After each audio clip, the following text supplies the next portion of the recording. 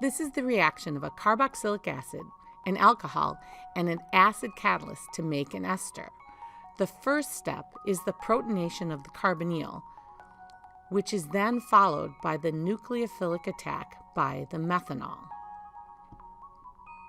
The water is used as a proton transfer agent to move the proton from the methanol over to the OH group.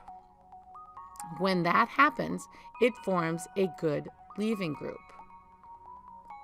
The C double bond O then reforms, the water leaves, and the last step is deprotonation to form an ester.